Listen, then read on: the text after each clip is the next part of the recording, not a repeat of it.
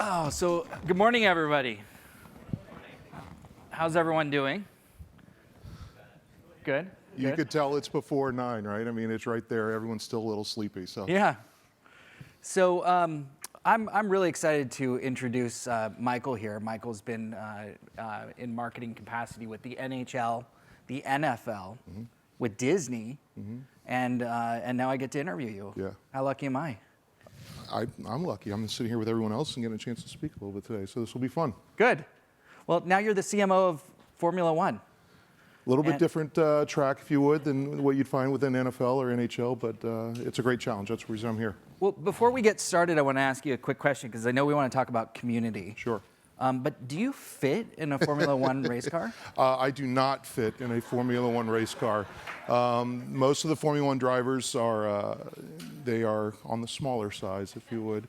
I was an athlete, though. I was a kicker when I played football. Really? Everybody thought I was a kicker at this size? You got to be kidding me. So I don't make that joke too often anymore because last conference I was at, somebody actually tweeted out, "Great job by former kicker Michael Williams." So I'm careful when I do that, but no, I do not. I do not. So let's talk about the community aspect a little bit because this is one of the most interesting times in sports across the board.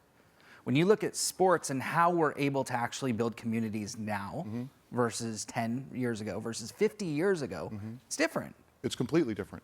The fan base has changed. The way you communicate with the fan base has changed. And quite frankly, the power shift that falls within the fans has changed as well. Before, when you think about 20 years ago, the teams were primarily the ones that drove the brand and the messaging. And it was all based on wins and losses. But when you stop and think about what everybody in this room does, what you're responsible for, the thing that makes sports so much more different, unique, is you don't control the final product. Stop and think. If it was an apparel company, if it was a beverage company, if it was an automotive company, as a marketer, as someone who's professional, who's responsible for driving that brand and connecting with those fans and those consumers, you'd have that chance to do it from start to finish. Within sports, you can't. Speaking of Michael, we're getting our picture taken over here. Oh. There, how's that? We're connecting with the fans. Yeah, exactly. But that's the unique aspect of it. And also, what's changed so dramatically is the voice of the fan has become so much more prominent and so much more powerful within the last 5 years because of social media. So there becomes a point where this conversation is taking place with or without you.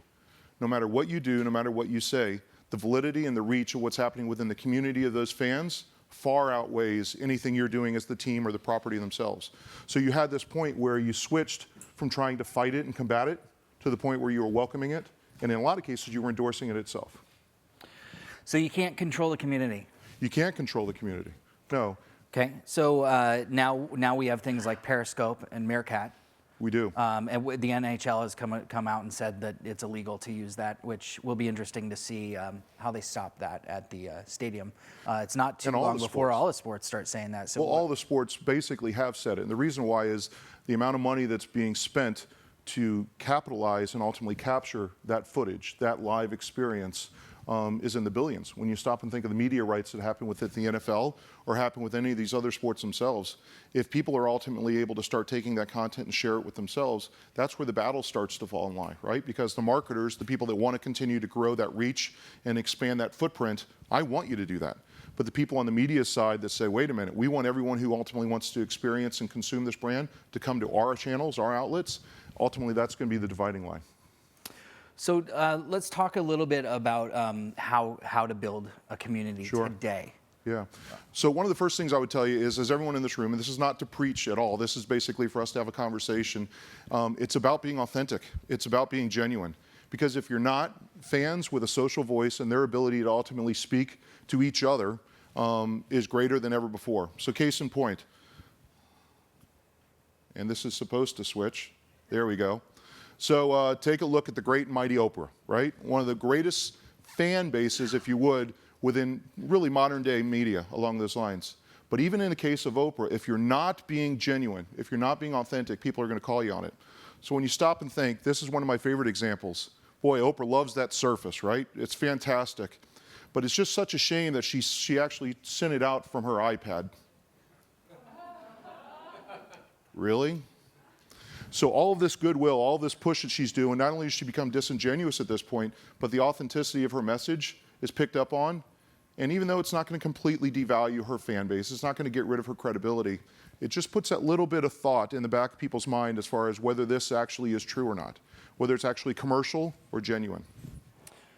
Yeah, I'm sure she was really sorry about that too. At least she said she was when she tweeted it out later, right?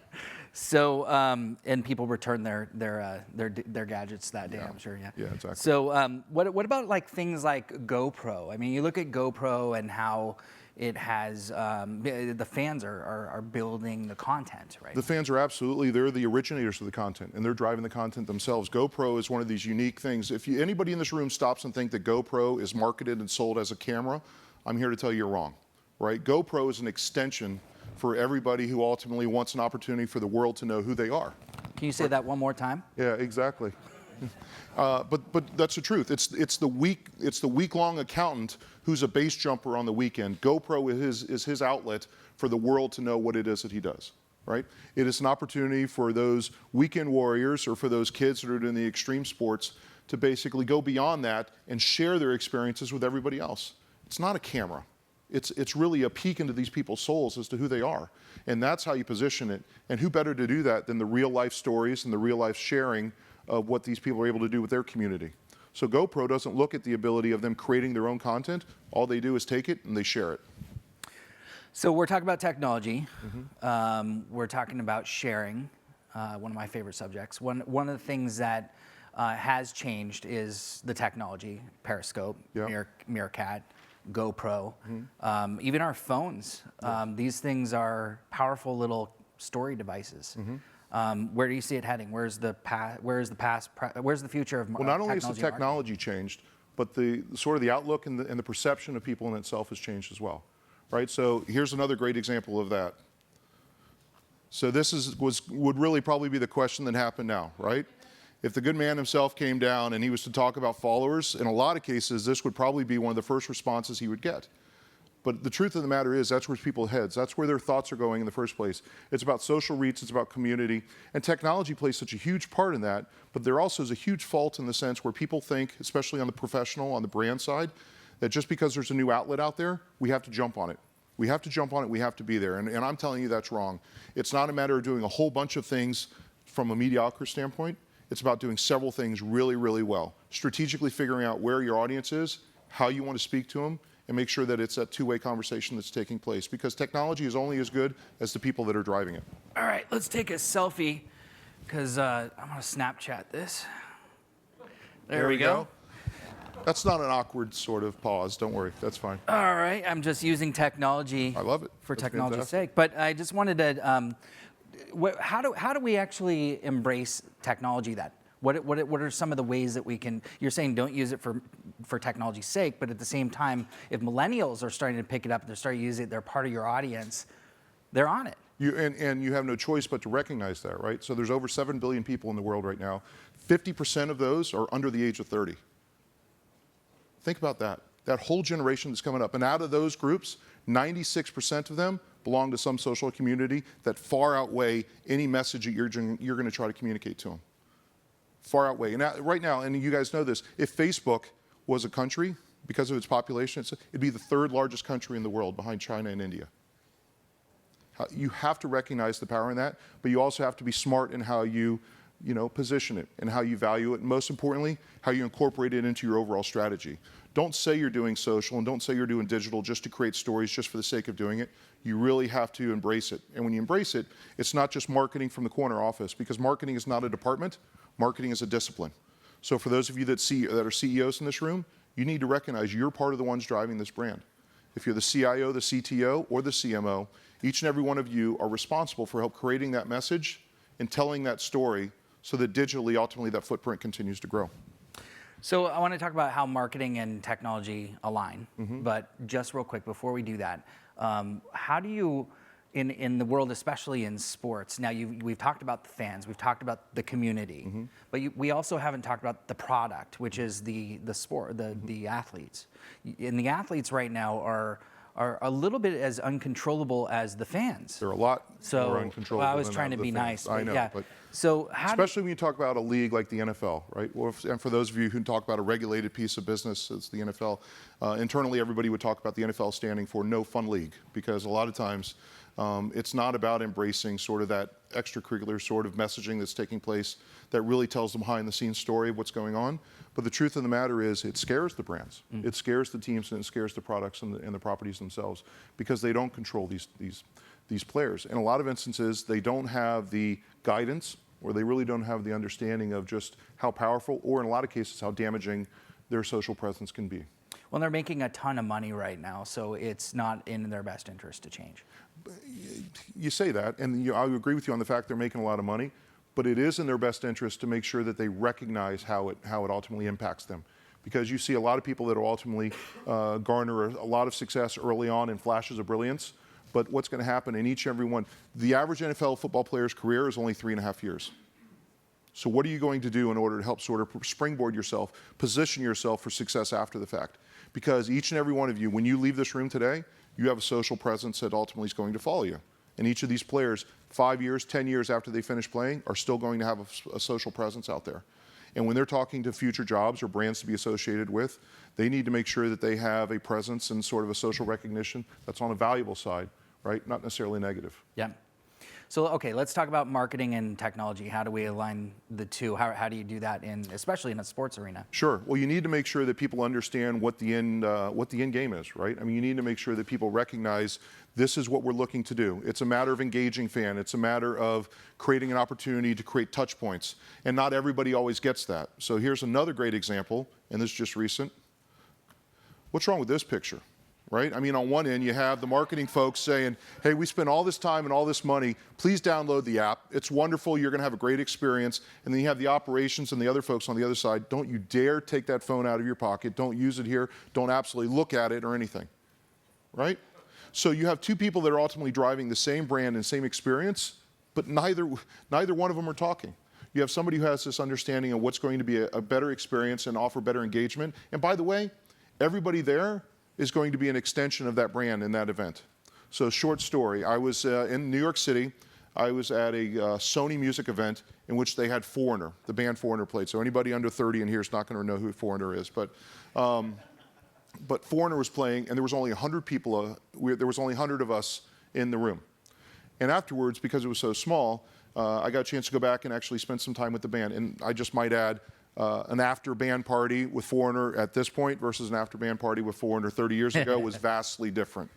You felt like a foreigner. I did. Everybody was drinking wine and just talking, as opposed to what it must have been like 30 years ago. But I was talking to the guitarist, and he pulled me aside. He said, I got to tell you, I was a little, uncomfortable playing for just 100 people.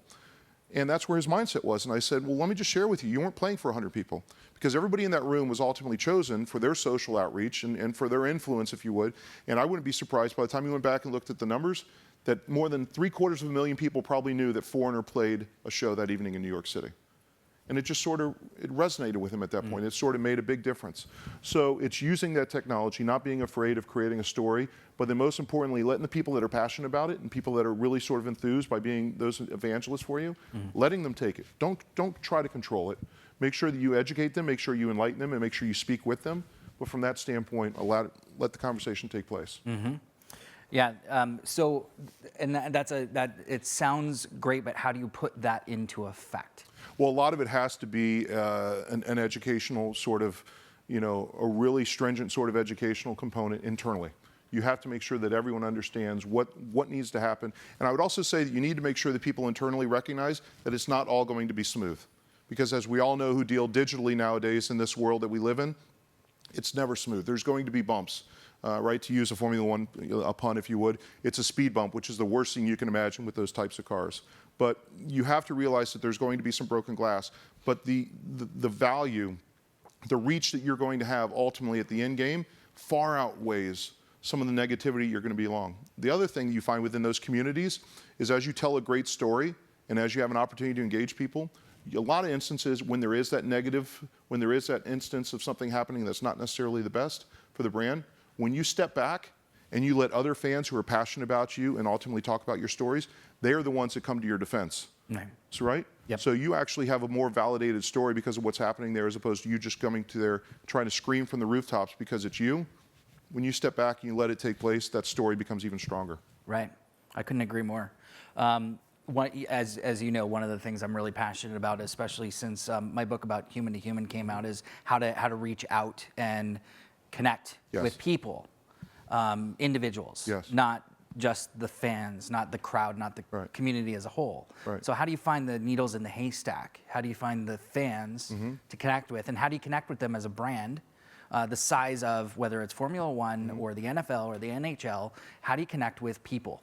So one of the things we did, and we were one of the first teams within the NHL to do this, we created Mission Control, which was it was not only a change in philosophy, but it wasn't brick and mortar as that's concerned, but it was actually a dedicated space within the organization where we went out and we found 25 of our most socially savvy yet fanatical hockey fans, and we brought them in. And we had someone manage it, but we actually turned over our social, sort of our efforts and our initiatives from a social media perspective over to these 25 fans. And you talk about engaging with people at this point. These are the ones that had the loudest voice anyway. All we did is ultimately deputize them. And in doing, it was no longer speaking to them as a brand, but it was actually fans speaking to other fans. And the growth at that point was exponential. It was incredible. So 3 of the pillars that that I talk about in the book is empathy, imperfection, and simplicity. Those are the 3 things that I think it takes to be the most human possible person Yes. that you can. When you look at any of the sports, let's just take imperfection. Imperfection happens all the time. Yes. But they don't own it. They don't embrace it. Why? Because I think you're talking about, first of all, as grandiose and sexy and high profile a lot of these sports teams are, make no mistake, they're mom and pop businesses. They are family run businesses. In a lot of cases, when you talk about family and businesses that have been built by self-made people in a lot of cases, they don't necessarily take outside counsel a lot of times too well, right? So why don't they want to do it? A lot of cases they think that there's still a mindset that it is only about wins and losses, which they don't control, but there has to be a point where you have sort of that new, fresh understanding of people that are coming in. The Mark Cubans of the world who have a technological sort of background and a base of where that does things. The Seattle Sounders with the hockey team, with the soccer team. If you guys haven't read that story, it's truly amazing. You talk about fan engagement in that story. They're one of the few teams. They have a vote by the fans every so many years on the general manager. Imagine that. Wow. If he isn't doing a really good job, the fans actually have an ability to oust the general manager of the team. Talk about the power being transitioned to them at this point. Are you going to do that at Formula Probably One? not. No, probably not. No, we're not there yet. So I just want to tweet my vote if that's yeah, cool. exactly. And then let's talk about simplicity. And the simplicity, I mean, these are very, especially like when you talk about the amount of detail that goes into all the sponsorships around all of this and the sponsor-controlled advertising that's happening to the decisions that they make. There's a lot of politics involved. There's a ton of and politics. so it's a complex nature on top of a simplistic sport like driving a car. I mean, I don't mean to say that it's that easy, but Oh, it's simple driving 220 miles an hour and then going down to 30 and then back Yeah, to 220. I It's did it simple. in my car all the time. Yeah, no, it's fantastic. And it's different than NASCAR, no offense, but they're doing more than just making left-hand turns, right? So, I mean, they're not just going around in a circle the entire time. But in simplicity, yeah, that'll be tweeted out. I'll get in trouble for that. That'll be good. So, but it is simple. You know why it's simple? Because it's about the story. Because each and every one of you will have a different reason why you find yourself fascinated or why you find yourself following a particular sport. So, the olden days, it used to be a matter of just people following the NFL because they were fanatical about football. But if you go to an NFL game nowadays, you have those fanatical fans, absolutely. But you have some that are going for the business perspective of what they think it can mean into increasing their own business themselves. You have people going because it's the thing to do from an entertainment aspect. But you also have people that are coming because of some sort of impact that that brand and that team made within the community. I had a woman come to me at one point and say, I don't care about football at all. In fact, I don't like it at all. But the fact that you guys came and you supported a battered women's shelter in San Francisco, I will now support your brand. Because you did something to support literacy within the schools, I will now support your brand. And so it's telling a simple yet powerful story. And that's that third pillar is empathy. Yes. Yeah. So I completely agree. Unfortunately, we're out of time. Yeah. And You had we one could slide keep you talking to wanted this, to share. but yeah, I'd love to. Thank you. I'd love to share this with everybody here. My new book, Shareology, is about all of this. It's about community. It's about how to develop sharing habits within organizations, about who, what, where, when, and how people and brands share. And so I'd like to invite you guys into the Shareology community. I know Mark from Influitive is here. This is built on the Influitive platform. So if you want to see how it actually works, you guys can get in, and I've got just under 1,000 people inside the community, over 10 corporate brands in there sharing content that is specific to just the community. And there's all kinds of stuff like gamification, rewards, all that kind of stuff. Love to have you in there. You just go to share.shareologybook.com, click sign up at the bottom, and then you can log right in. So I'd love to see all of you guys in there. Love to see you in there. Would love to be in there. And thank you so much. thank I you. really appreciate you. Appreciate your time today. this morning. Yeah. Thank you. Cheers.